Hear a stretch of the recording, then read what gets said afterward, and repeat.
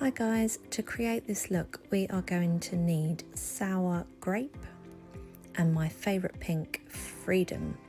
Take Sour Grape and paint one half of the nail vertically. Then going to take Freedom and paint the other half of the nail, blending with the brush from the bottle to create that ombre effect. Curing the lamp.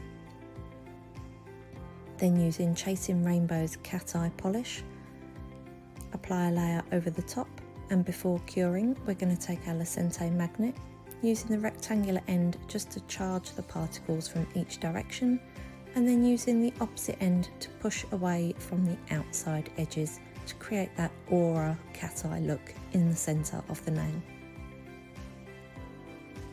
Then to finish off we're going to use our Pro Finish top coat, cure in the lamp, and you're then left with this beautiful ombre cat eye flash glitter design.